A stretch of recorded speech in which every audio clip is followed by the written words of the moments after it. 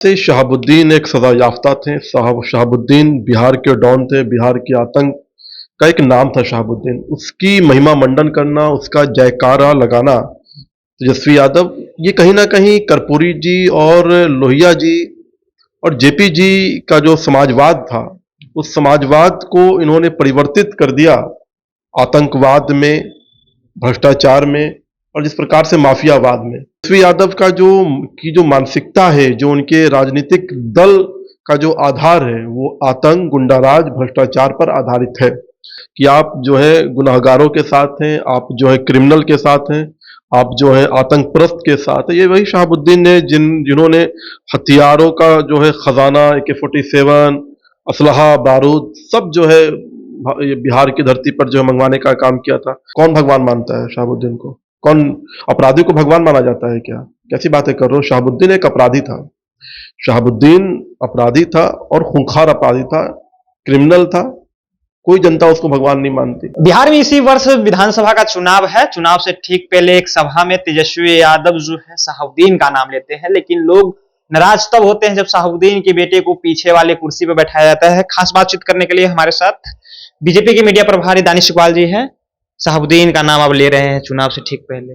नहीं, हमने ये बात को जनता के सामने रखने का काम किया कि जिस प्रकार से शहाबुद्दीन एक सजा याफ्ता थे। शहाबुद्दीन बिहार के डॉन थे। बिहार के आतंक का एक नाम था शहाबुद्दीन। उसकी महिमा मंडन करना, उसका जयकारा लगाना तेजस्वी यादव, ये कहीं ना कहीं कर्पूरी जी और लोहिया जी और जेपी जी का जो समाजवाद था, उस समाजवाद को इन्होंने परिवर्तित कर दिया आतंकवाद में, भ्रष्टाचार में और जिस प्रकार से माफियावाद में।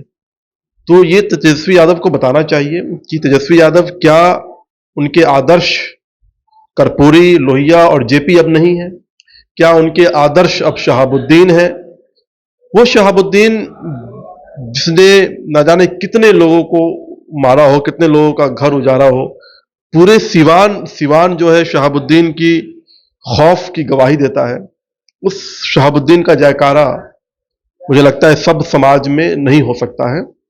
तो इसलिए तेजस्वी यादव का जो मानसिकता है, जो उनके राजनीतिक दल का जो आधार है, वो आतंक, गुंडाराज, भ्रष्टाचार पर आधारित है। इसलिए हमने इस बात को कहा। लेकिन वो लोग तो कह रहे हैं ना कि शहाबुद्दीन जो है वो राजद को सींचने वाले थे। जब लालू प्रसाद यादव जेल गए थे उस समय राबड़ी देवी को मुख्यमंत्री बनाने वाले थे। तो क्या शहाबुद्दीन एक सजा याफ्ता नहीं थे? क्या शहाबुद्दीन एक केसेस नहीं थे? क्या शहाबुद्दीन जेल में सजा नहीं काट रहे थे? तो एक के जेल में सजा काटने वाला व्यक्ति और ना जाने किस प्रकार से उसने घटनाओं को अंजाम दिया हो, वैसे व्यक्ति को अगर आप महिमा मंडन करते हैं तो आपकी सोच स्पष्ट हो जाती है कि आप जो है गुनाहगारों के साथ हैं, आप जो है क्रिमिनल के साथ हैं, आप जो है आतंकप्रस्त के साथ हैं। ये वही शहाबुद्दीन ने जिन्होंने हथियारों का जो है खजाना, AK-47, असलहा, बारूद सब जो है ये बिहार की धरती पर जो है मंगवाने का काम किया था।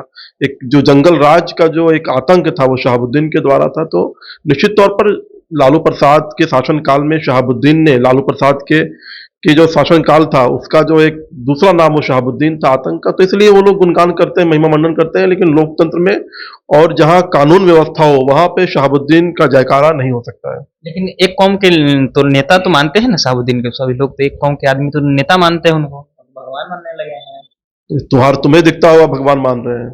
कौन भगवान मानता है शहाबुद्दीन को? कौन अपराधी को भगवान माना जाता है क्या? कैसी बातें कर रहे हो? शहाबुद्दीन एक अपराधी था। शहाबुद्दीन अपराधी था और खूंखार अपराधी था, क्रिमिनल था।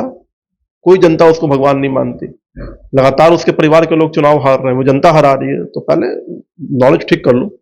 लेकिन जिस तरह से बिहार में आपराधिक घटनाएं जो है दिन प्रतिदिन बढ़ती रही है। खेमका की बात अगर कर लीजिए, पटना में मर्डर हुआ, जिस तरह से आपराधिक घटनाएं पे वो लोग कह रहे हैं कि बिहार में अपराध बढ़ गया। अपराध हुआ है, लेकिन अपराध की 24 घंटे के अंदर जो है अपराधी सलाखों के पीछे है। ये नीतीश कुमार की सुशासन की सरकार है। ये कमिटमेंट है कि अगर अपराध होगा तो अपराधी 24 घंटों के अंदर सलाखों के पीछे होगा। और खेमका मर्डर में जिस प्रकार से पुलिस ने तत्परता दिखाई, सरकार ने SIT का गठन किया और पुलिस ने जो मेन शूटर था उमेश यादव, उसको गिरफ्तार किया। उसकी निशानदेही पे लगातार पुलिस जो है छापेमारी कर रही है। जिन लोगों ने हथियार सप्लाई किया था, विकास जो खुद एक बहुत बड़ा अपराधी था, पुलिस पर गोली चलाई, पुलिस ने जवाबी कार्रवाई में उसका इनकाउंटर किया और उसको मार गिराया। पुलिस लगातार जो है उमेश यादव की निशानदेही पे छापेमारी कर रही है। बहुत से ऐसे नाम हैं जो सामने आएंगे, इंतजार कीजिए।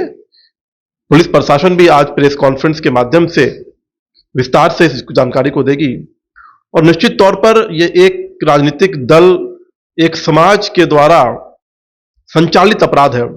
किस प्रकार से बिहार की सरकार को बदनाम किया जाए, बिहार में एक डर का माहौल पैदा किया जाए, आहिस्ता आहिस्ता परत दर परत ये सारी सच्चाई जनता के सामने आएगी। चलिए, तो आहिस्ता आहिस्ता परत दर परत जो है सच्चाई लोगों के सामने आएंगे। देखिए, जिस तरह से शहाबुद्दीन को लेकर के इन्होंने कहा है, शहाबुद्दीन एक आतंकी का नाम जिस तरह से इन्होंने बताया कि आपराधिक थे, शहाबुद्दीन के अपराधी नहीं थे। देखिए, तमाम तरह की बातें इन्होंने कहा। फिलहाल आपकी प्रतिक्रिया है, अपनी प्रतिक्रिया नीचे कमेंट बॉक्स में रखिएगा। आप देख रहे थे जनता जंक्शन। बहुत बहुत धन्यवाद।